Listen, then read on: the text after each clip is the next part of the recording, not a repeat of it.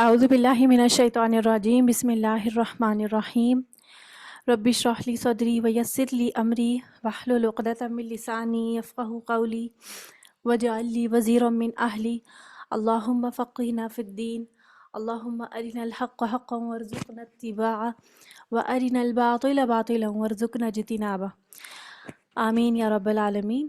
السلام علیکم ورحمۃ اللہ وبرکاتہ۔ آیت نمبر 109 سے سورۃ النساء تفسیر۔ ہا انتم ہؤلاء جادلتم عنہم فی الحیاۃ الدنیا فمن یجادل اللہ عنہم یوم القیامۃ ام من یکون علیہم وکیلا۔ یہ تم لوگ ہو جنہوں نے دنیا کی زندگی میں ان کی طرف سے جھگڑا کر لیا، مگر قیامت کے دن اللہ سے ان کے بارے میں اللہ سے ان کے بارے میں کون جھگڑا کر سکے گا، یا کون ہوگا جو وہاں ان کا وکیل بن سکے گا۔ یہ بات ہو رہی ہے منافق جو چور تھا، جس نے یہودی کے گھر میں آٹا اور ہتھیار جو زرہ وغیرہ اس نے چرائی تھی وہ چھپا دیا تھا، اس کے قبیلے کے لوگوں کے بارے میں یہ کہ اے لوگوں، تم نے دنیا کی زندگی میں تو اس مجرم کو بچا لیا، اس کی وکالت خوب کر لی، یہاں تک کہ نبی صلی اللہ علیہ وسلم کو بھی قائل کرنے کی حد تک پہنچ گئے تھے، مگر یہاں تو انہیں چھڑا بھی لیتے اور بالفرض حضور صلی اللہ علیہ وسلم کو قائل کر بھی لیتے تو قیامت کے دن اللہ تعالیٰ کی پکڑ سے کون چھڑائے گا۔ نبی کریم صلی اللہ علیہ وسلم کی حدیث کا مفہوم اس طرح ہے کہ میرے سامنے کوئی مقدمہ پیش ہوتا ہے اور ایک فریق زیادہ چرب زبان ہوتا ہے۔ چرب زبان کا کیا مطلب ہوتا ہے؟ کہ بہت زیادہ باتیں کرنے والا، جھوٹ صحیح کو مکس کر کے ایسی دلائل دینے والا کہ دوسرا انسان جو ہے وہ قائل ہو جائے، تو وہ اپنی بات بہتر طور پر پیش کرتا ہے اور میرے ہاں اپنے حق میں غلط طور پر فیصلہ لے جاتا ہے۔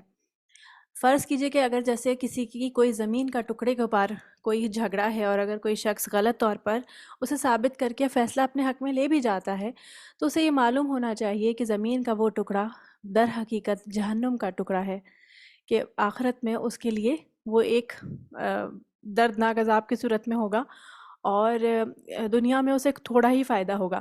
اور اکثر ایسا بھی دیکھا جاتا ہے کہ ایسے معاملات میں دنیا میں بھی خسارہ ہو جاتا ہے، بہت سے لوگ جو ہیں وہ وراثت کا حصہ کھا جاتے ہیں لوگوں کا اور اس پہ کیس بھی کر دیتے ہیں، اور پھر بھی جو ہے وہ جو غلط بندہ ہوتا ہے وہ کیس جیت جاتا ہے، کیونکہ آپ دیکھتے ہیں کہ لاقانونیت جو ہے وہ ہمارے ملک میں بھی بہت رائج ہے۔ تو اس دنیا میں تو آپ جیت جائیں بھلے، لیکن دنیا میں بھی خسارہ ہوتا ہے کہ وہ دولت آپ کے پاس مستقل نہیں رہتی، یا یہ کہ وہ بیماریوں میں یا خساروں میں، ایکسیڈنٹس میں، اس میں نکل جاتے ہیں وہ پیسے، وہ آپ کے کام نہیں آتے، فائدہ مند نہیں ہوتے، اس میں برکت نہیں ہوتی۔ اس سے یہ پتہ چلتا ہے کہ نبی صلی اللہ علیہ وسلم بھی غیب کا علم نہیں جانتے تھے۔ اس سے جو ہے وہ جو نفی ہو جاتی ہے کہ جو ہے نبی صلی اللہ علیہ وسلم کو سب پتہ تھا۔ نبی صلی اللہ علیہ وسلم کو صرف وہی باتیں پتہ ہوتی تھی جو اللہ تعالیٰ ان کو بتاتے تھے، جو وحی کے ذریعے انہیں مطلع کی جاتی تھی، ورنہ ہر بات جو ہے وہ نبی صلی اللہ علیہ وسلم کو نہیں پتہ تھی، وہ ظاہر کے اوپر ہی فیصلہ کرتے تھے۔ پھر آگے کہ وَمَن يَعْمَلْ سُوءًا أَوْ يَظْلِمْ نَفْسَهُ، پھر کوئی ایسا ہے جو کہ ایسی حرکت کرتا ہے جو کہ بری ہے، یعنی گناہ کا کام کرتا ہے اور وہ اپنے نفس پہ ظلم کرتا ہے۔ آپ دیکھیں اگر کوئی شخص کسی کو نقصان پہنچاتا ہے تو بظاہر تو وہ اس دوسرے کو نقصان پہنچا رہا ہوتا ہے، لیکن در حقیقت وہ اپنے آپ کو اس سے زیادہ نقصان پہنچاتا ہے، کیونکہ آخرت کا خسارہ دنیا کے خسارے سے بہت زیادہ ہے، تو وہ در حقیقت کیا ہے، اپنے اوپر ہی ظلم کر رہا ہے۔ تو وَمَن يَعْمَلْ سُوءًا أَوْ يَظْلِمْ نَفْسَهُ، اگر کسی سے کوئی ایسی برائی ہو گئی ہے، آپ دیکھیں یہ پیچھے جو آپ نے بات پڑھی تو اس کے فوراً بعد اللہ تعالیٰ کی رحمت کی اللہ تعالیٰ ہمیں یہ راستہ دکھا رہا ہے۔ آپ دیکھیں جب بھی ہم یہ آیات اس قسم کی پڑھتے ہیں تو کبھی کبھی ایسا بھی ہوتا ہے کہ ہمارے اپنے اوپر جو ہے وہ اس طرح کی کیفیت آنے لگتی ہے کہ میں نے فلاں سے ایسے کیا تھا، یا ہمیں اپنا آپ نظر آنے لگتا ہے اس آیت کے آئینے میں۔ تو اللہ تعالیٰ ہم کو اس چیز پر جو ہے وہ تسلی دے رہے ہیں کہ اگر تم سے ایسا کوئی کام ہو گیا ہے تو کیا کرے انسان، ثم یستغفر اللہ، تو وہ اللہ سے مغفرت طلب کرے، یجد اللہ غفور الرحیمہ، اللہ تعالیٰ کو وہ غفور الرحیم پائے گا۔ آپ دیکھیں آپ کسی کے حق میں کوئی کمی کرتے ہیں، آپ کسی کو کا دل دکھاتے ہیں یا کچھ کر دیتے ہیں کسی کے ساتھ، تو آپ اس سے جا کے معافی مانگیں، اگر آپ اس بندے سے جا کے معافی مانگیں تو بڑا مشکل ہوتا ہے کسی انسان سے معافی مانگنا۔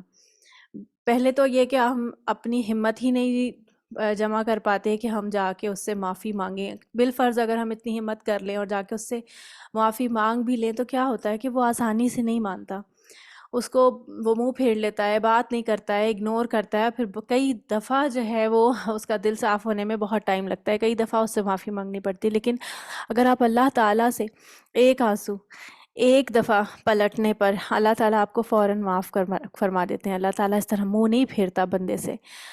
انسان توبہ کرتا ہے نا، جو انسان میں نے پہلے بھی بتایا تھا کہ جیسے فرض کریں ایک شخص ہے، اس کا سارا سامان، غذا اور جو بھی اس کے سفر زاد راہ جسے کہتے ہیں، یعنی کہ سفر ٹریولنگ کا جو بھی اس کا کٹ ہے وہ اس کے اونٹ پہ لدا ہوا ہے۔ پہلے زمانے میں بہت مشکل سفر ہوتے تھے نا، تو وہ اونٹ جو ہے وہ اس کے پاس بندھا ہوا یا اس کے پاس ہے، اور وہ بندہ فرض کرے کہ تھوڑی دیر اتر کے آرام کرنے کے لیے لیٹتا ہے اور سو جاتا ہے فرض کرے، اور جب اس کی آنکھ کھلتی ہے تو دیکھتا ہے کہ دور دور تک صحرا ہی صحرا ہے اور اس کا اونٹ کہیں پہ بھی نہیں ہے، وہ بھاگ گیا ہے۔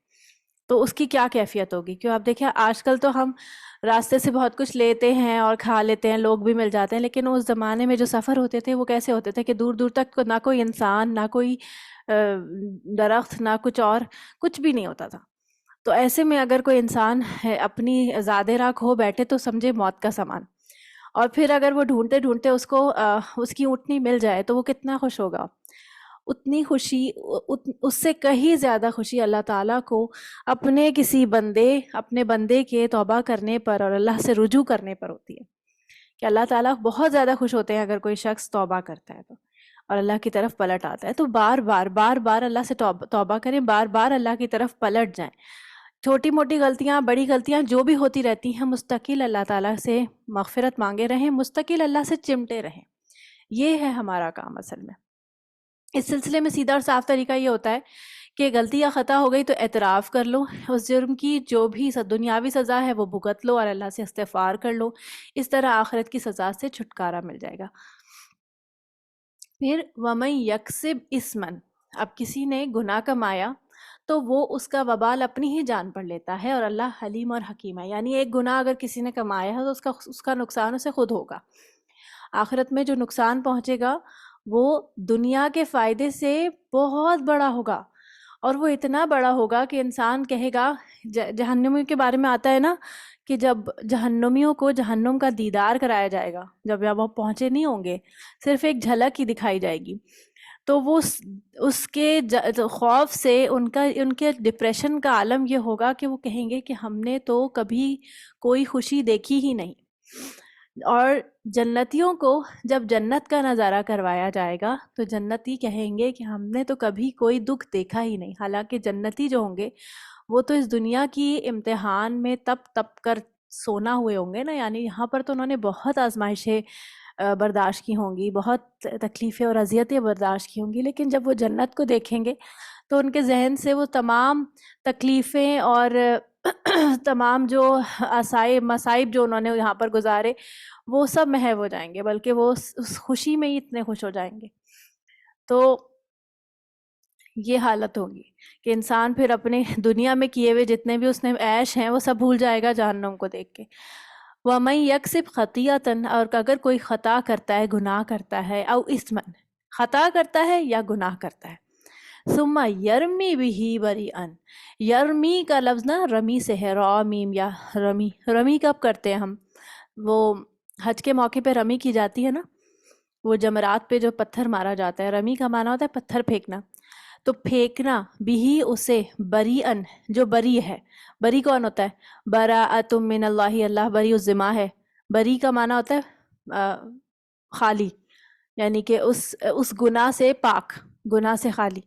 اسے کہتے ہیں نا برات، حضرت عائشہ کی برات کی آیات آئی تھی، یعنی کہ ان کو اس الزام سے جو کہ منافقوں نے حضرت عائشہ پہ لگایا تھا، اس کا جو ہے پاکی، ان کی جو ہے پاکی کی آیات جو ہیں وہ آئی تھی کہ وہ انہوں نے ایسا، مطلب انہوں نے کوئی گناہ نہیں کیا۔ تو بری کا معنی یہ ہے کہ کسی الزام سے پاک کر دینا۔ تو بری الذمہ سے، ہم اردو میں بھی بری الذمہ کا لفظ یوز کرتے ہیں کہ میں اس چیز سے خالی ہوں، بری الذمہ ہوں۔ تو بریئن جو اس گناہ سے پاک ہے، یعنی الزام لگانا، یرمی بھی بریئن، اور وہ پھینک دے اس کے اوپر جو بری ہے اس بات سے، یعنی وہ الزام لگا دے. صحیح ہے. فقد احتمل، تو اس نے احتملا اٹھایا. ہا میم لام حملہ کا معنی ہوتا ہے کیا؟ حمل بھی اسی سے ہوتا ہے کیری کرنا. تو اس نے کیری کیا، اس نے اٹھایا. بہتانن، بہتان یعنی کہ بہتان یعنی کہ بہت بڑا گناہ. و اسمن، اور گناہ مبینہ بہت کھلا ہوا. یعنی اس نے ایک بڑا بہتان اٹھایا اپنے اوپر اور زیادہ بوجھ اٹھا لیا. یعنی ایک تو اس نے پہلے گناہ کیا، وہ اس کی ذات کی حد تک تھا، لیکن جب اس نے اس دنیا میں اپنے آپ کو چھڑانے کے لیے، بچنے کے لیے کسی اور پہ الزام لگا دیا، تو اس سے کیا ہوا؟ اس گناہ کو ملٹی پلائی کر لیا اس نے اپنے لیے.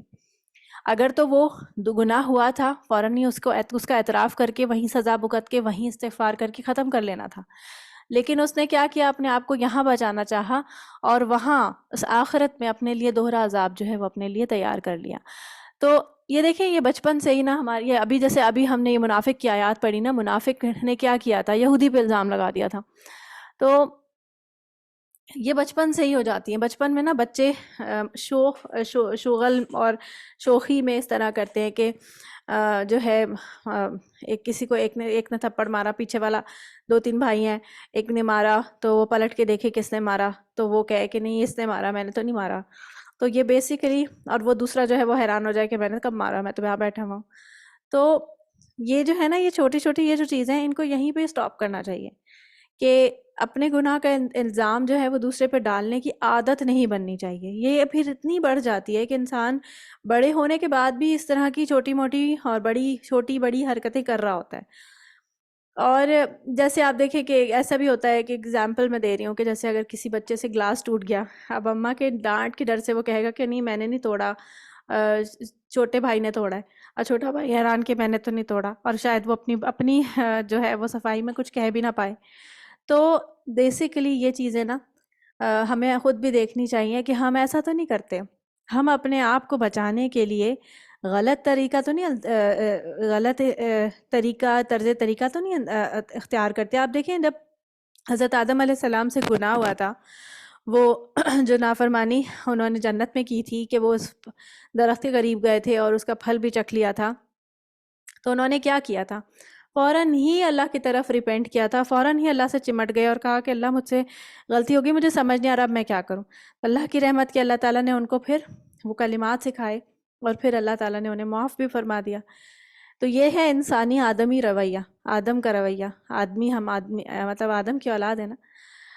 لیکن شیطان نے کیا کیا تھا؟ شیطان کو حکم ملا تھا کہ وہ سجدہ کرے آدم علیہ السلام کو. اس نے سجدہ سے انکار کر دیا. اب ہونا تو یہ چاہیے تھا کہ جب اللہ تعالیٰ نے اس سے استفسار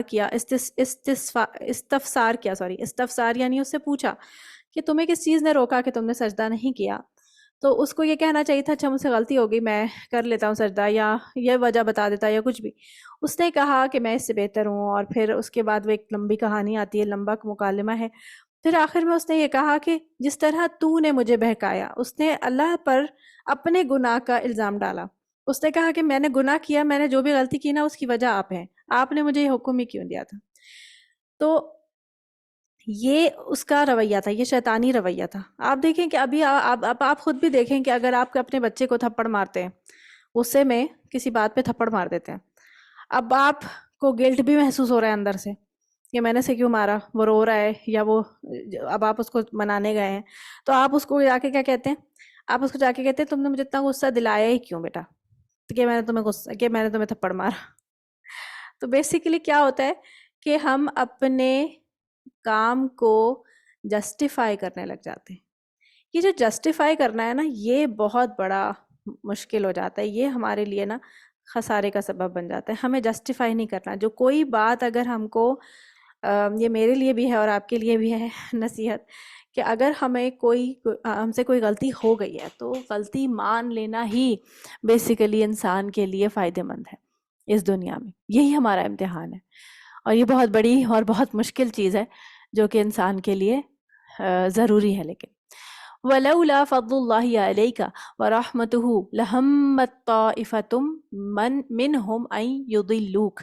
یہ جو ہم کا لفظ ہے نا، ہمی و غمی، اکثر آپ نے دعاؤں میں بھی پڑھا ہوگا، اللہم انی اعوذ بک من الہم والحزن والفسوق والشقاق والنفاق. یہ ہم جو لفظ ہے نا، ہم ہے میم میم، اس کا معنی ہوتا ہے کہ دل کے اندر ایک ایسا وسوسہ جو ارادہ بن جائے، اور ایسی بے چینی، اور پھر وہ بے چینی بن جائے کہ جب تک میں یہ کام کر نہ لوں میں بے چین رہوں. یہ ہم ہے.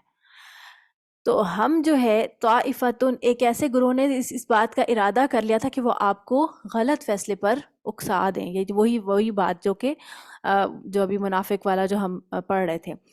تو نبی صلی اللہ علیہ وسلم کو اللہ تعالیٰ یہ بتا رہے ہیں کہ اگر اللہ کا فضل اور اللہ کی رحمت نہیں ہوتی تو یہ آپ کو گمراہ کر جاتے. تو لیکن اور پھر اس کے بعد کیا کہ وہ اپنے آپ ہی کو گمراہ کر رہے ہیں. وہ تو سمجھ رہے ہیں کہ ہم شاید غلط فیصلہ لے جاتے تو یہ ہمارے لیے فائدہ ہے، یہ ان کے اپنے لیے نقصان. پھر آگے وَأَنزَلَ اللَّهُ عَلَيْكَ الْكِتَابَ وَالْحِكْمَةَ، اللہ نے آپ کے اوپر کتاب اور حکمت نازل کیا. تو آپ دیکھیں اللہ تعالیٰ نے کیا نازل کیا ہے، ایک تو قرآن مجید اور دوسرا حکمت. اچھا، میں آپ سے کئی دفعہ کہہ چکی ہوں کہ قرآن مجید جو ہے وہ کتاب نہیں ہے، اللہ تعالیٰ کا کلام ہے. اب یہاں پر لکھا ہوا رہا ہے کہ کتاب نازل کی ہے. اب کتاب تو وہ چیز ہوتی ہے جو لکھی ہوئی ہوتی ہے، اور آپ کو پتا ہے کہ قرآن مجید جو ہے وہ لکھ کر نازل نہیں ہوا. تو بیسیکلی اس کو کتاب کیوں کہا جا رہا ہے؟ اس لیے کیونکہ یہ لوح محفوظ میں لکھی ہوئی موجود ہے. قرآن کے نازل ہونے سے پہلے ہی لوح محفوظ میں اسے لکھا جا چکا، جب دنیا بنی تھی تب. اس لیے اسے کتاب کہا جا رہا ہے. تو فرشتے جو احکامات لے کر آتے ہیں، یا اس وقت بھی لے کر آتے تھے، وہی لے کر آتے تھے، وہ وہیں سے کاپی ہوتی تھی. ٹھیک ہے، وہیں سے لے کے آتے تھے. تو وَأَنزَلَ اللَّهُ عَلَيْكَ الْكِتَابَ وَالْحِكْمَةَ، اور حکمت کیا ہے؟ تمام ایک تو سنتیں ہیں، ٹھیک ہے، حدیث بھی ہے. دوسری ایک اور چیز ہے، وہ یہ کہ احکام شریعت کے کے پیچھے جو لاجکس ہیں وہ بھی ہیں. دیکھیں آپ کئی دفعہ آپ کو قرآن مجید کی تفسیر احادیث سے ملتی ہے، اور کئی دفعہ جو ہے کسی حکم کی لاجک بھی ملتی ہے، لاجک بھی ملتی ہے. تو یہ جو حکمت ہے وہ نبی صلی اللہ علیہ وسلم کو اللہ تعالیٰ نے الگ سے عطا کی تھی. وَعَلَّمَكَ، اور علم بھی عطا کیا تھا، مَا لَمْ تَكُنْ تَعْلَمْ، جو آپ نہیں جانتے تھے. ایسا علم بھی عطا کیا تھا جو کہ آپ نہیں جانتے تھے، آپ تو امی تھے نا.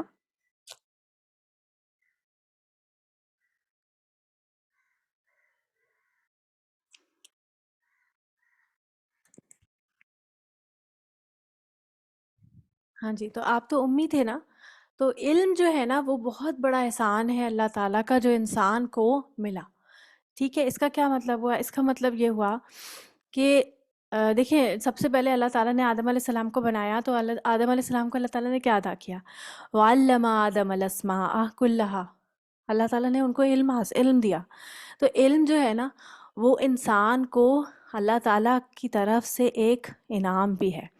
دوسرا یہ کہ علم جو ہے نا وہ آپ کو طلب اور مشقت کے ساتھ ہی ملتا ہے. جو علم آپ کو بغیر مشقت کے ملتا ہے نا وہ انفارمیشن ہوتی ہے، وہ آپ کے لیے فائدے مند نہیں ہوتا. لیکن علم آپ کے اندر تبھی اترتا ہے جب آپ اس کے ساتھ محنت بھی کرتے ہیں. ٹھیک ہے، علم الانسان ما لم یعلم، اور اس سے پہلے تھا علم بالقلم، الذی علم بالقلم، قلم کے ساتھ اللہ تعالیٰ نے علم سکھایا. یعنی قلم چلاؤ گے، محنت کرو گے، اس کے بعد ہی علم آئے گا. پھر اللہ تعالیٰ جو ہے وہ سکھائیں گے جو آپ نہیں جانتے تھے. وَكَانَ فَضْلُ اللَّهِ عَلَيْكَ عَظِيمًا، اور آپ پر تو اللہ تعالیٰ کا بہت بڑا اور عظیم فضل ہے. یعنی یہ منافق آپ کا کچھ نہیں بگاڑ سکتے. کوئی بھی انسان جو ہے وہ کسی دوسرے کا کچھ نہیں بگاڑتا، بلکہ وہ اپنا ہی جو ہے وہ نقصان کر رہا ہوتا ہے. اگر وہ کسی کے ساتھ کوئی گناہ یا کسی دھوکے کا ارادہ کرتا بھی ہے تو وہ خود اپنے ہی ساتھ دھوکا کر رہا ہوتا ہے. لا خیر فی کثیر من نجواہم، نجوا کس کو کہتے ہیں؟ سرگوشی کو. کہا جا رہا ہے کہ خفیہ مشوروں میں کوئی خاص بھلائی نہیں ہوتی ہے. الا من امر بصدقۃ، ہاں اگر سرگوشی صدقے کے بارے میں ہے، او معروف او اصلاح، یا کسی معروف نیکی کے کام میں ہے، یا اصلاح کے کام میں ہے، بین الناس، لوگوں کے درمیان. اور وَمَن یفعل ذَلِکَ، ابتغاء مرضات اللہ، اور اگر کوئی ایسا کرے اللہ کی رضا چاہنے کی خاطر، فسوف نؤتیہ اجرا عظیما، تو پھر اسے اجر ملے گا۔ لیکن اگر کوئی جو نجوہ ہے یعنی جو سرگوشی ہے وہ کسی برائی کے حوالے سے ہو رہی ہے تو پھر ظاہر ہے اس پہ گناہ ہوگا۔ آپ کو پتہ ہے دیکھیں محفل کے اندر کئی لوگ بیٹھے ہوئے ہیں اور دو لوگ الگ سے چپکے چپکے باتیں کر رہے ہیں، یا فرض کریں تین لوگ ہیں، تین میں سے دو لوگ جو ہے وہ چپکے چپکے باتیں کر رہے ہیں، تو تیسرا کیا سوچے گا؟ اس کو برا لگے گا۔ ویسے بھی سارے زیادہ تر لوگ اگر بیٹھے ہوئے ہیں اور اگر دو لوگ آپس میں چپکے پہ باتیں کر رہے ہیں تو باقی لوگوں کو ضرور کیوریوسٹی ہوگی کہ یہ کیا بات کر رہے ہیں، ہمارے بارے میں تو بات نہیں کر رہے۔ پھر یہ کہ انہیں یہ بھی عجیب خدشہ ہوگا کہ اچھا اس کا ٹرسٹ جو ہے وہ اس بندے پہ زیادہ ہے اور ہم سے یہ بات شیئر نہیں کر رہا۔ تو یہ جو چیز ہے نا، یہ بدگمانی کا سبب بنتی ہے۔ تو سرگوشی جو ہے وہ محفل کے آداب کے خلاف ہے۔ پھر اس کے علاوہ سرگوشیاں صرف کہہ کر نہیں کی جاتی، کبھی کبھی آنکھ کے اشارے سے مسکرا کر، یعنی دیکھ کر آنکھ کے اشارے سے کرنا، یا کسی کو دیکھ کے اس طرح سے مسکرانا معنی خیز انداز میں، ذو معنی انداز میں، تو یہ بھی سرگوشیوں میں ہی شمار ہوتا ہے۔ اور آپ دیکھیں کہ عورتوں کے اندر یہ سب سے زیادہ عادت ہوتی ہے، یہ عادت سب سے زیادہ ہوتی ہے۔ تو اس چیز کو نا خیال کرنا چاہیے ہمیں کہ ہمیں اس طرح سے نہیں کرنا چاہیے، کوشش کرنی چاہیے کہ ایسی چیزوں سے ہم پرہیز کریں۔ تو دیکھیے سرگوشیوں کا نقصان کیا ہوتا ہے، لوگوں کے درمیان غلط فہمیاں ہو جاتی ہیں، بدگمانی پیدا ہوتی ہے، غیر اخلاقی ہے۔ عموماً سرگوشیاں غیبت پر مبنی ہوتی ہیں، اور پھر یہ اچھا یہ جو ہے نا، یہ پوائنٹ اس کا نہیں ہے، یہ الگ سے پوائنٹ ہی غلطی سے اس میں ایڈ ہو گیا ہے۔ صلح کرانا جو ہے نماز اور صدقے سے بھی بڑی نیکی ہے، یہ ہم نے پیچھے پڑھا نا ابھی اس آیت کے اندر کہ صلح جو ہے کرانے کے لیے اگر سرگوشی کی جا رہی ہے تو ٹھیک ہے۔ صلح کیسے ہوگی کہ جیسے کسی اور اس میں سرگوشی کا کیا عمل دخل ہے؟ تو آپ دیکھیں کہ ایک اگر فرض کریں دو لوگوں میں جھگڑا ہو گیا ہے تو آپ ایک کی فریق کی بات جا کے اس کے چپکے سے سنیں گے کہ ہاں بھئی تمہارا کیا مسئلہ ہے اور کیا کیا تمہارے دل میں کیا ہے۔ پھر دوسرے بندے سے جا کے آپ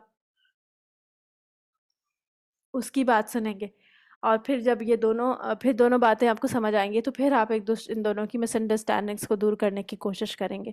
تو اس سلسلے میں صلح کراتے ہوئے سرگوشی کرنا جائز ہے۔ اس کے علاوہ صدقہ کرنے کے لیے بھی سرگوشی کی جا سکتی ہے، جیسے آپ کسی کو جا کے کہیں کہ بھئی فلاں شخص جو ہے وہ بہت محتاج ہے اور میں اسے جانتا ہوں اور وہ بہت اچھا ہے، اور آپ اگر اس کی مدد کر سکیں تو بہت اچھا ہو جائے گا اور اللہ نے آپ کو غنی کیا ہے، تو ایسی صورت میں سرگوشی کی جا سکتی ہے، بلکہ اس کا ثواب ہوگا۔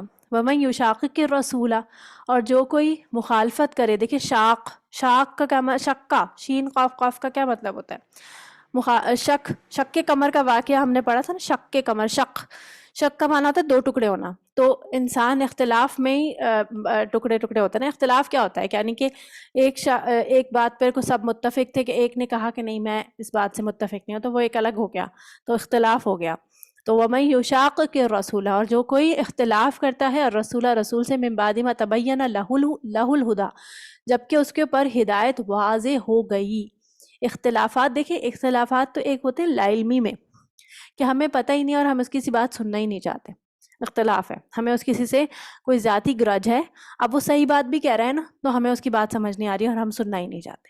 ایک ہوتا ہے کہ حق واضح ہوگی، بات سمجھ آ گئی اور پھر اس کے بعد اختلاف شروع کیا، تو اس کی کیا وجوہات ہوتی ہیں؟ یا تو اپنی انا بیچ میں آ رہی ہے، یا پھر اپنا مفاد جو ہے وہ جاتا ہوا نظر آ رہا ہے، دنیا جاتی نظر آ رہی ہے کہ اگر ہم ان کی بات مانیں گے تو ہمارا نقصان ہوگا، یا پھر جو ہے یعنی کہ یہی وجہ ہے کہ بس دو ہی وجہ ہے، انا تکبر ہے کہ ہمیں زیادہ پتہ ہے ہم اس کی بات کیوں مانیں، یہ بھی ہو سکتا ہے۔ تین باتیں ہو گئیں۔ تو غیر سبیل المؤمنین، تو اور اس کے علاوہ وَيَتَّبِعْ غَيْرَ سَبِيلِ الْمُؤْمِنِينَ، یہاں سبیل المؤمنین راستہ مومنوں کا، اور وہ ایسے راستے کی پیروی کرے جو کہ مومنوں کا راستہ نہیں ہے۔ اور یہ کون مومن ہے؟ صحابہ۔ تو نولیہ ما تولی، تو نولیہ تو ہم پھیر دیتے ہیں اسے ما تولی، جہاں وہ پھر رہا ہے، یعنی جس اختلاف میں وہ جا رہا ہے وہ اسی میں اس کو ڈھیل دے دیتے ہیں، اسی میں اسے جانے دیتے ہیں۔ وَنُصْلِهِ جہنم، اور اس کو آگ میں جلائیں گے، اور ہم اس کو آگ میں جلائیں گے۔ تو یہاں یہ کیوں جو ہے وہ اس کو اسی میں پھیر دیا جائے گا؟ اس لیے کیونکہ اس کا گناہ بڑا ہے، اس نے سچ کو جاننے کے بعد جھٹلایا۔ دیکھیں ایک چیز ہوتی ہے جھوٹ بولنا، تو وہ آپ کے اپنے اندر تک ہوتا ہے، ایک چھوٹا گناہ ہے۔ جھٹلانا کیا ہوتا ہے؟ وہ بڑا گناہ ہے۔ بڑا گناہ ان دا سینس کہ آپ کو پتہ ہے اور آپ اس کو رد کر رہے ہیں، ریجیکٹ کر رہے ہیں. اور اگر آپ اللہ کی بات کو ریجیکٹ کر رہے ہیں تو یہ تو بہت بڑی بات ہے نا. وساعت مسیرہ، اور یہ بہت برا ٹھکانہ ہے.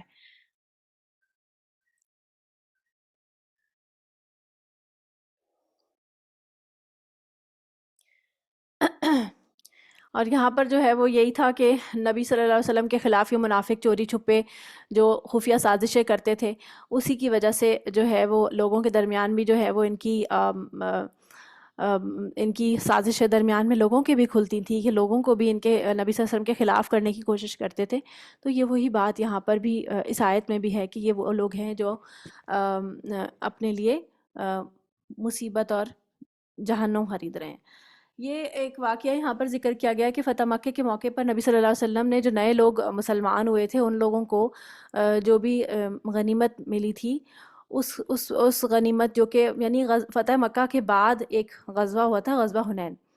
تو غزوہ حنین میں جو غنیمت ملی تھی تو فتح مکہ کے بعد جو لوگ مسلمان ہوئے تھے ان لوگوں میں زیادہ تقسیم کی. تو اس پر جو ہے منافق جو ہے وہ انصار لوگ جو تھے زیادہ تر، تو ان لوگوں کو کہا کہ دیکھا اپنے لوگوں میں اپنے رشتہ داروں میں بانٹ رہے ہیں، قریش تو ان کا اپنا قبیلہ ہے، تو اس لیے اب تم لوگوں نے جو تکلیف کا وقت گزارا اور تم لوگوں نے جو مشکل ساتھ میں وقت میں ساتھ دیا، تو دیکھو اب انہوں نے تو تمہارا ساتھ نہیں دیا، یہ تمہارا ساتھ نہیں دے رہے. تو بیسیکلی وہ ان کے دل میں غلط فہمیاں ڈالنے کی کوشش کر رہے تھے. تو یہ غلط فہمیاں جو ہیں وہ یہ بھی بڑی خطرناک ہوتی ہیں کہ انسان کے دل میں شک ڈال دیتے ہیں. پھر آگے دیکھیں، ان اللہ لا یغفر ان یشرک بہ، اللہ تعالیٰ شرک نہیں معاف کرے گا. ویغفر من دون ذلک، اور ہو سکتا ہے کہ وہ اس کے علاوہ کچھ اور جو گناہ ہیں وہ معاف کر دے. لمن یشاء، جس کے لیے وہ چاہے گا. یہ اس کی اپنی چوائس ہے، اپنی مرضی ہے. اللہ کی اپنی مرضی اور اپنی منشا کے مطابق وہ جس کو چاہے گا شرک کے علاوہ گناہ معاف کر دے گا. اس آیت سے لوگ جو ہے وہ یہ دلیل لینے لگ جاتے ہیں کہ لوگ یہ سمجھنے لگ جاتے ہیں کہ اگر ہم اللہ پہ ایمان لانے والے ہیں تو باقی چیزیں تو اللہ معاف ہی کر دے گا. لیکن ایسا نہیں ہے. دیکھیں اس میں لکھا ہوا ہے ذالک لمن یشاء، جس کے لیے وہ چاہے گا. ضروری نہیں کہ ہر بندے کے لیے وہ چاہے گا.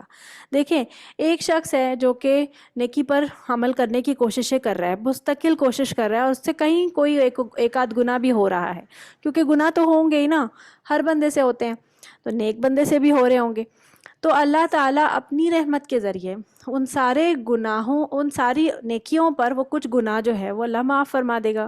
لیکن اگر ایک انسان کی زندگی ہے ہی گناہ گار، پورا ہی اس کے گناہوں سے بھرا ہوا ہے، تو پھر وہ یہ سوچے کہ میں شرک تو نہیں کرتا نا، میں بھلے سے حرام کھا رہا ہوں، میں بھلے سے جو ہے وہ سود کھا رہا ہوں، میں بھلے سے جو ہے وہ اور گناہوں میں مبتلا ہوں، تو اللہ وہ معاف کر دے گا. لیکن ایسا نہیں ہے.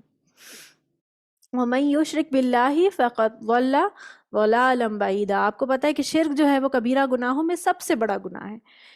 لیکن الا یہ کہ انسان مرنے سے پہلے توبہ کر لے. مرنے سے پہلے توبہ جو ہے وہ قبول ہوگی، لیکن حالت نزا میں یا موت کو دیکھنے کے بعد نہیں ہوگی.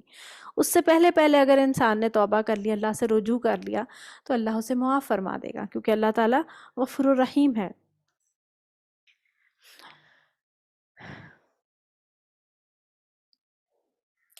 پھر نہیں پکارتے یہ لوگ، یہ شروع میں لفظ شاید لئی ہوگا، یدعون من دونہ الا اناسا، لیکن وہ دیویوں کو پکارتے ہیں. یعنی اناسا انسا سے ہے، عورتوں سے، یعنی یہ عورت دیویوں کو پکارتے ہیں، مؤنث کو. وَإِن يَدْعُونَ إِلَّا شَيْطَانًا مَرِيدًا، اور یہ صرف شیطان سرکش کو، جو مریدہ جو سرکش ہے ایک دم، اس کو پکارتے ہیں. اصل میں تو یہ اللہ کو، یہ اپنی دیوی دیوتاؤں کو یا بتوں کو نہیں بلکہ شیطان کی پوجا کر رہے ہیں. یہاں پہلی مرتبہ مشرکین مکہ کی بات ہو رہی ہے کہ مشرکین مکہ نے اپنی دیویوں کے مؤنث نام رکھ رکھے تھے، جیسے کہ لات، منات، غزہ وغیرہ. لیکن اصل میں تو ان کا کوئی وجود تھا ہی نہیں، اور نہ ہی منات کی کچھ حقیقت تھی. تو شیطان ضرور موجود ہے جو کہ ان کی پکار سن رہا ہے اور خوش ہو رہا ہے کہ اس نے اللہ کے راستے سے انسان کو بہکا دیا. اور دوسری بات یہ ہے کہ یہ اللہ کے ساتھ عورتوں کو پکارتے تھے. یہ بیسیکلی اللہ کو بھی مانتے تھے نا. اللہ کو مانتے تھے، کسی نہ کسی فارم میں اللہ کو مانتے تھے کہ ہاں ایک بڑا رب ہے، اور ان بتوں کو کہتے تھے کہ یہ ان کے مطلب کار کردہ ہیں، یعنی کہ یہ ان کے کچھ چیلے ہیں یا کچھ اور مطلب کچھ شریک جیسے بنائے ہوئے تھے نا اللہ تعالیٰ کے. تو وہ کہتے تھے کہ جیسے رزق دینے والی دیوی یہ ہے تو اولاد دینے والی یہ ہے، فلاں یہ ہے، تو اس طرح کا کچھ ان کا معاملہ تھا. تو آپ دیکھیں کہ اللہ تعالیٰ اس بات سے اور زیادہ سخت ناراض کہ تم اپنے لیے تو بیٹیاں پسند ہی نہیں کرتے. تم اپنے لیے اگر تمہارے یہاں بیٹی پیدا ہوتی تھی تو کیا ہوتا تھا عرب لوگوں کے میں کہ اس شخص کا چہرہ انتہائی سیاہ ہو جاتا تھا افسوس سے کہ میرا بیٹا نہیں ہوا ہے، میری بیٹی ہوئی ہے. اور کچھ تو اس حد تک چلے جاتے تھے کہ وہ جا کر اس کو دفن کراتے تھے کہ مجھے یہ بیٹی چاہیے ہی نہیں، یہ میرے لیے ڈسگریس کا باعث ہے. تو اپنے لیے تو تمہیں بیٹی پسند نہیں ہے، اور تم اللہ کے ساتھ شریک میں عورتوں کو شامل کر رہے ہو. دوسرا یہ کہ یہ فرشتوں کو بھی اللہ کی بیٹیاں بتاتے تھے. تو یہاں پر بھی اللہ تعالیٰ کی الفاظ قرآن مجید میں آتے ہیں کہ اپنے لیے بیٹیاں پسند نہیں کرتے اور اللہ کے ساتھ بیٹیاں جوڑ دیتے ہو. بیسیکلی بات بیٹیوں کو برا کہنے کی نہیں ہے، بات انہیں احساس دلانے کی ہے کہ جو چیز تم خود اپنے لیے پسند نہیں کرتے تم اللہ کے ساتھ کیسے جوڑ سکتے ہو. دوسری بات یہ کہ اللہ کے ساتھ تو شریک ٹھہرانا ہی نہیں ہے، چاہے کچھ بھی ہو. اب حضرت عزیر علیہ السلام کو یا حضرت عیسیٰ علیہ السلام کو کرسچنز اور یہودی جو ہیں وہ اللہ کا بیٹا قرار دیتے ہیں، تو اللہ کو یہ بات بھی پسند نہیں ہے. یہ تو انتہائی کبورہ مقتن، انتہائی جو ہے وہ اللہ تعالیٰ کے ناراضگی کا باعث ہے. اور پھر یہ کہ سورۃ کہف میں آتا ہے نا کہ یہ انتہائی بڑی اور بری بات ہے جو ان کے منہوں سے نکلتی ہے. تو آگے ہے لعنت اللہ نے لعنت فرما دی ہے، اور اس نے کہا ہے. اچھا یہ کس کے بارے میں ہو رہا ہے کہ شیطانہ مریدہ، اب یہ شیطانہ مریدہ کی بات ہے نا اس کے اوپر آ رہی ہے کہ اس پر تو اللہ نے لعنت فرمائی ہے، اور اس نے کہا تھا، کیا کہا تھا کہ میں تیرے بندوں میں سے ایک مقرر حصہ تو لے کر ہی چھوڑوں گا. کیا حصہ؟ یعنی ان لوگوں کو اپنے ساتھ جہنم میں پہنچا کر رہوں گا. حدیث میں آتا ہے کہ آدم کی اولاد میں اس کے 1000 حصے میں سے صرف ایک جنت میں جائے گا. آپ سوچیں کتنی اکثریت جو ہے وہ گمراہ ہوگی. تو کبھی بھی انسان یہ نہ سوچے کہ اکثریت تو یہ گناہ کر رہی ہے. اکثر آپ لوگوں نے یہ بھی کہتے ہوئے سنا ہوگا لوگوں کو کہ جو ہے کیا سارے لوگ جہنم میں جائیں گے، اگر سارے لوگ جہنم میں جائیں گے تو ہم بھی چلے جائیں گے. یہ بھی کہتے ہوئے سنا ہوگا آپ نے بھی لوگوں کو. تو بیسیکلی اکثریت ہوگی ہی گمراہ، قلیل لوگوں میں اللہ تعالیٰ ہمیں شامل فرمائے. آمین. اللہم احفظنا من ذالک، اللہ ہمیں اس چیز سے بچائے کہ ہم اکثریت میں شامل ہو کر گمراہ ہوں. آمین. اور اس نے کیا کہا، اس نے اللہ تعالیٰ سے کیا کہا، یہ جو مکالمہ میں آپ کو بتائی تھی نا کہ آپس میں اللہ اور اس کے اور شیطان کے درمیان میں نا ایک مکالمہ ہوا تھا جب اس نے سجدے سے انکار کیا تھا. اور اس کا مکالمہ مختلف صورتوں میں ڈیفرنٹ مقامات میں آتا ہے. تو ایک تو ہم نے شروع میں دیکھا تھا کہ اس نے بس سورہ بقرہ میں دیکھا تھا کہ اس نے بس یہ کہا تھا کہ کیا کہا تھا اس نے، اور سورہ آل عمران میں بھی غالباً ہم نے پڑھا تھا کہ اپنی آواز کے شر سے جو ہے وہ ان کو چڑھا لے جا، میرا خیال ہے وہ بھی ہم نے پڑھا تھا شاید سورہ آل عمران میں شاید پڑھا تھا. اچھا آگے دیکھتے ہیں اس میں کیا لکھا ہے کہ وَلَأُضِلَّنَّهُمْ، اور میں انہیں ضرور بضرور بہکاتا رہوں گا. وَلَأُمَنِّيَنَّهُمْ، کتنے زیادہ اس میں جو سٹریس ہے، تو نون تشدید آ رہے ہیں نا، یہ سٹریس کے لیے آ رہے ہیں. ایک تو لام زبر لا بھی تاکیدیہ ہے، تو ضرور بضرور کا اس میں ہے کہ میں انہیں ضرور انہیں امیدیں دلاؤں گا، لمبی لمبی امیدیں دلاؤں گا. کیسی امیدیں؟ لمبی لمبی پلاننگز. انسان جو ہے وہ کریئر، پھر آگے زندگی کے بارے میں پورا پلان کر رہا ہوتا ہے، بہت کچھ اس نے سوچ رکھا ہوا ہوتا ہے. اور اس کے علاوہ یہ کہ گمراہی کے راستے تو وہ کھولتا ہی ہے. پھر وَلَآمُرَنَّهُمْ، اور میں انہیں حکم دوں گا، میں انہیں سکھاؤں گا یا میں انہیں بتلاؤں گا کیا، فَلَا يُبَتِّكُنَّ آذَانَ الْأَنْعَامِ، کہ کس طرح جانوروں کے کان چیر دے. یہ کیا تھا، یہ مشرکوں میں ہی نا ایک وہ تھا، ایک ریلیجیس کچھ ان کا کوئی ٹرینڈ تھا، اور وہ کیا کرتے تھے کہ کچھ جانوروں کو یہ اپنے بتوں کے نام پر چھوڑ دیتے تھے، خالی ان کے بتوں کے نام نظر کر دیتے تھے، اور ان کے لیے نشانی یہ لگاتے تھے کہ ان کے کانوں کو چیر دیتے تھے، کانوں کو چیر کے تاکہ یہ ڈیفائنڈ رہیں کہ یہ اللہ، یہ بت کے نام پر جو ہے وہ نکال دیے گئے ہیں، اور ان پہ نہ کوئی سواری کرے گا، نہ ان کا گوشت کھائے گا، نہ ان کا دودھ بھی استعمال کرے گا، بس یہ اب یہ چرتے پھریں گے، یہ ان بتوں کی نظر ہو گئے۔ تو بیسیکلی ایسے سارے کام جو کہ دین میں خود ساختہ کیے جاتے ہیں، یہ شیطان کی دین ہوتے ہیں۔ جو بھی بدعتیں رائج ہوتی ہیں ان میں شیطان کا عمل دخل ہوتا ہے۔ تو یہ بات بھی سمجھ لیجیے کہ اپنی مرضی سے کوئی بھی کام دین میں رائج کرنا جو ہے وہ گناہ اور مزید گمراہی کا سبب بنتا ہے۔ وَلَآمُرَنَّهُمْ فَلَيُغَيِّرُنَّ خَلْقَ اللَّهِ، اور پھر میں انہیں یہ حکم دوں گا کہ وہ اللہ کی بنائی ہوئی صورتوں کو بگاڑیں۔ آپ دیکھ لیجئے آج ہی کا کتنا عام ہو چکا ہے۔ پہلے تو مشرکین مکہ کے لوگوں میں کیا ہوتا تھا کہ عورتیں نا اپنے دانت گھسوا کے نوکیلے بناتی تھیں خوبصورتی کے لیے۔ اس کے علاوہ وہ کیا کرتی تھیں، اپنے بالوں میں ایکسٹینشنز لگواتی تھیں، یا آج بھی ہوتا ہے۔ اور اس کے علاوہ جو ہے وہ یہ اپنی بھویں اور اس طرح کی یہ بھی گدواتی تھیں، ٹیٹوز بنواتے تھے۔ یہ تمام چیزیں جو ہے وہ خلق میں تبدیلی کے باعث بنتی تھیں۔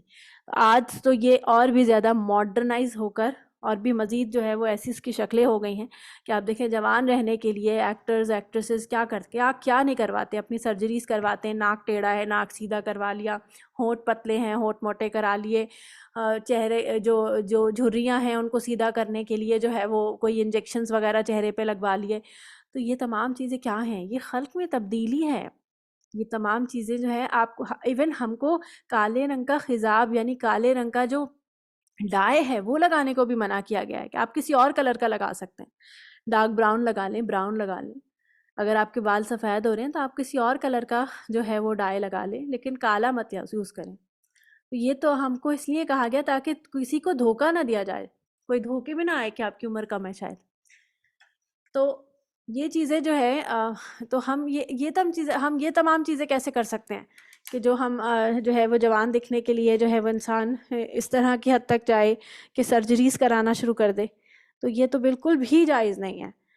وَمَن يَتَّخِذِ الشَّيْطَانَ وَلِيًّا، اور جس نے شیطان کو اپنا دوست بنا لیا، من دون اللہ، اللہ کے سوا، فقد خسر خسرانا مبینا، اس نے خسارہ اٹھایا بہت بڑا خسارہ، کہ اس نے اللہ کے بجائے شیطان کو پکارنا لیا، یعنی اس کی پکارتا رہا، پھر پکارتے ہوئے اس نے اسی کی باتیں ماننا شروع کر دی اور اسی کی پیروی شروع کر دی، تو اس نے تو بہت بڑا خسارہ اپنے لیے جو ہے وہ مول لے لیا۔ آج کل جو ہے وہ لوگ پتہ نہیں کچھ فلٹرز وغیرہ بھی یوز کرتے ہیں موبائل میں، جو ٹیمپریری ہوتا ہے، چہرے پہ نہیں بدلاؤ ہو رہا لیکن وہ فلٹرز یوز کر رہے ہوتے ہیں، تو وہ تصویریں یا ویڈیوز اپلوڈ کرتے ہوئے اپنے آپ کو کے فلٹرز یوز کر کے وہ بھی جو ہے وہ ایک طرح سے خلق میں تبدیلی ہے۔ بہت سارے لوگ جو ہیں وہ آپ کو نہیں اصل میں دیکھا ہوا ہوتا، وہ سمجھتے ہیں بہت خوبصورت ہے تو یہ بھی کیا ہے، یہ بھی جو ہے وہ اسی زمرے میں آ جاتا ہے۔ تو دیکھیں ایک ہوتی ہے حصی تبدیلی، جیسے کہ انسان جو ہے وہ سرجریز وغیرہ کروا لیتا ہے، اور جیسے جنڈر چینج کرنا بھی آج کل بہت عام ہو گیا ہے، اور اس پہ تو باقاعدہ لاء وغیرہ بھی پاس ہوا ہے۔ تو دوسرا ہوتا ہے ذہنی تبدیلی۔ ذہنی تبدیلی کیا ہوتی ہے کہ آج کل جس طرح سے آپ دیکھتے ہیں کہ عورتوں کو مردوں کے شانہ بشانہ چلانے کے لیے بالکل گھروں سے نکال دیا گیا اور ان کی فطرت کے اگینسٹ ان سے کام لیا جا رہا ہے۔ آپ دیکھیں کہ ایک مرد کو جو اللہ تعالیٰ نے کفالت کی ذمہ داری ڈالی ہے، اس نے باہر دھکے بھی کھانے ہیں، اس نے باہر جھڑکیاں بھی کھانی ہیں، اور اس کے بعد وہ کما کے لے کے آئے گا، اور اللہ نے اس کی فطرت میں یہ اسٹرانگ رکھا ہے، اس نے ایموشنلی بھی اس کو اسٹرانگ اسی لیے لکھ رکھا ہے کیونکہ اس کے اوپر بہت سی ایسی چیزیں گزرتی ہیں جو کہ وہ آسان طریقے سے برداشت کر سکتا ہے۔ عورتیں یہ چیزیں برداشت نہیں کر سکتی، وہ ایموشنلی بہت ویک ہوتی ہیں، تو جب ان کے ساتھ اس طرح کے معاملات ہوتے ہیں تو کیا ہوتا ہے، وہ ڈپریشن میں بھی جاتی ہیں۔ دوسرا یہ کہ آپ دیکھو کہ جب ایک عورت گھر سے باہر نکل کے کماتی ہے تو وہ گھر واپس آ کر بھی گھر کو مینٹین بھی کرنا اس کے اوپر اس کی ذمہ داری ہوتی ہے۔ پھر کیا ہوتا ہے، پھر ایک اور فرسٹریشن ہوتی ہے کہ خاص گھر سنبھالنا بھی کیا میری ہی ذمہ داری ہے، تو پھر اس میں جو ہے اختلافات بھی ہوتے ہیں، پھر یہ کہ وہ اوور برڈن بھی ہو جاتی ہے۔ تو یہ تمام چیزیں کیا ہیں، یہ سب چیزیں فطرت کے اگینسٹ ہیں، اللہ یہ کہ عورت جو ہے وہ کانے ہو کر قناعت کے ساتھ مرد کی ہی سیلری میں اور اس میں جو ہے وہ ایک آسان طریقے سے بھی گزارا ہو سکتا ہے، لیکن ضروری ہے ہمارے ہاں کہ جو ہے وہ اسٹیٹس کی دوڑ میں اور سب چیزوں میں کہ بہت دفعہ نا کیا ہوتا ہے، دیکھیں وانٹس اور نیڈس کو نا سمجھ لیجئے، بہت دفعہ ایسا ہوتا ہے کہ انسان اپنی وانٹس کو نیڈ سمجھ لیتا ہے. یہ جو انسان کی اپنی خواہشات ہوتی ہیں نا، ان کو انسان اپنی ضرورت بنا لیتا ہے.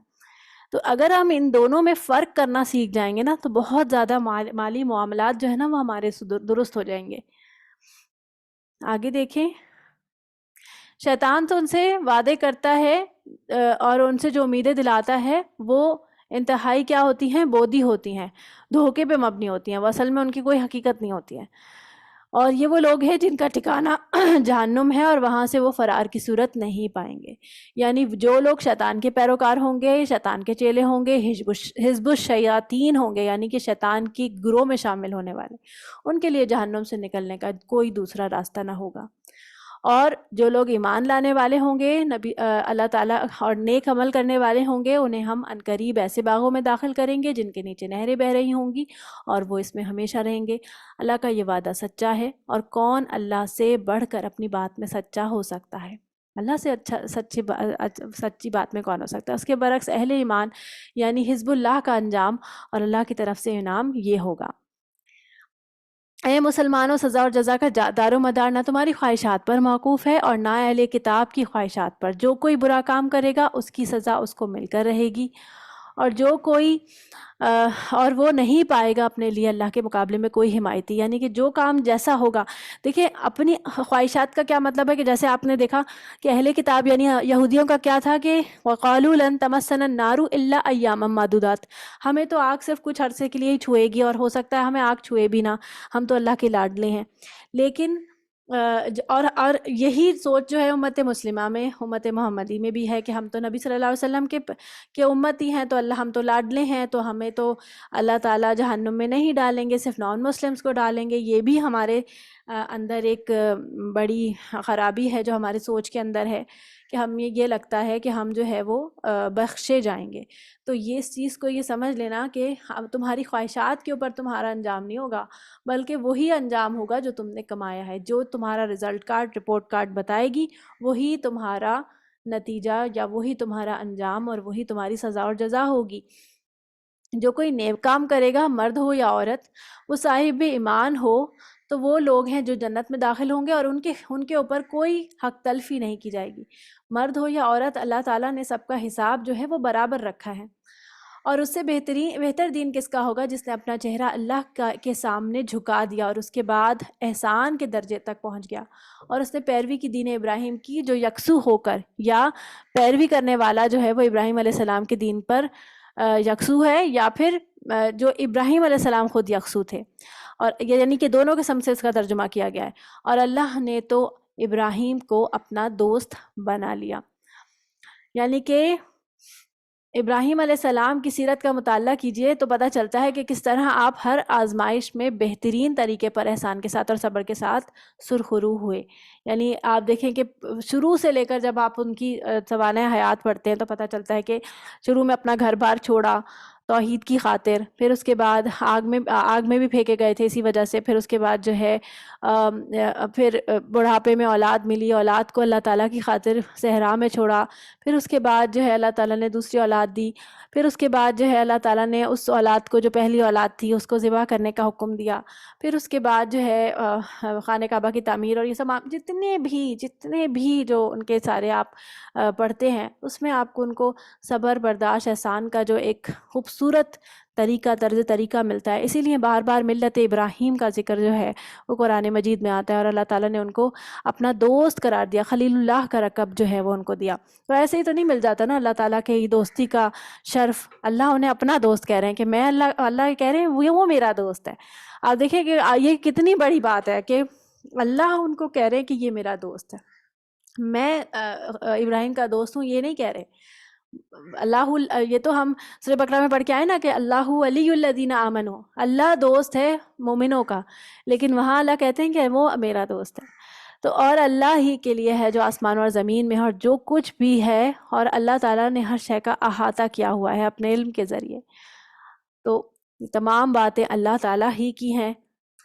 دیکھیں انسان اگر اپنے آپ کو یہ سوچ لینا کہ دیکھیں انسان ایک، اور انسان جو ہے وہ اس کی باڈی بھی اللہ کی ہے، ٹھیک ہے، اس کی روح بھی اللہ کی طرف سے آئی ہے، وہ یہ دنیا بھی اللہ ہی کی بنائی ہوئی ہے، یہ آسمان جو اس کے اوپر چھت کے طور پر موجود ہے وہ بھی اللہ ہی کی طرف سے ہے، اور جو کچھ بھی وہ کر رہا ہے، کھا رہا ہے، پی رہا ہے، جو بھی اسے چیزیں ملی ہوئی ہیں وہ سب اللہ کی ہیں، اور جو کچھ وہ کر رہا ہے اب وہ سب ریکارڈ کیا جا رہا ہے، وہ اللہ کی نظر میں ہے، جو کچھ بھی وہ کر رہا ہے اس سب کا ایک نتیجہ نکلنا ہے جو کہ آخرت میں اسے اللہ کے سامنے جواب دہ کی صورت جواب دہ ہونا پڑے گا۔ تو جب انسان ان تمام چیزوں کو سوچتا ہے تو وہ محسوس کرے گا کہ اس کی اپنی کوئی خاص مرضی ہے نہیں اس دنیا میں۔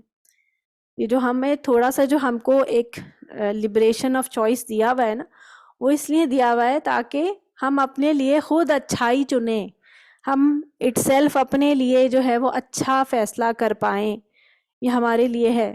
لیکن اگر ہم اپنے لیے اچھا فیصلہ نہیں کر پا رہے تو یہ ہمارا اپنا قصور ہوگا۔ ہمیں حالانکہ ہر چیز، ہر سوال، ہر بات بتا دی گئی ہے، رہنمائی کے ساتھ اللہ تعالیٰ نے ہمیں یہاں بھیجا ہے۔ ایسے ہی نہیں بھیج دیا کہ بھول بھلائیوں میں خود ہی اپنا راستہ تلاش کر لو، اللہ تعالیٰ نے ہمیں رہنمائی بھی بھیجی ہے۔ اللہ کا احسان ہے، بار بار اللہ تعالیٰ ہمیں جھٹکے دیتا ہے، بار بار ہمیں غم اور مصائب میں مبتلا کرتا ہے، میری طرف لوٹ آؤ، میری طرف پلٹ آؤ۔ لیکن اگر انسان پھر بھی نہ پلٹے تو پھر انسان ہی کا اپنا خسارہ ہے، یا انسان کا اپنا ہی نقصان ہے۔ چلیں جی، سبحانک اللہم و بحمدک، اشہد ان لا الہ الا انت، استغفرک و اتوب الیک۔ السلام علیکم ورحمۃ اللہ وبرکاتہ۔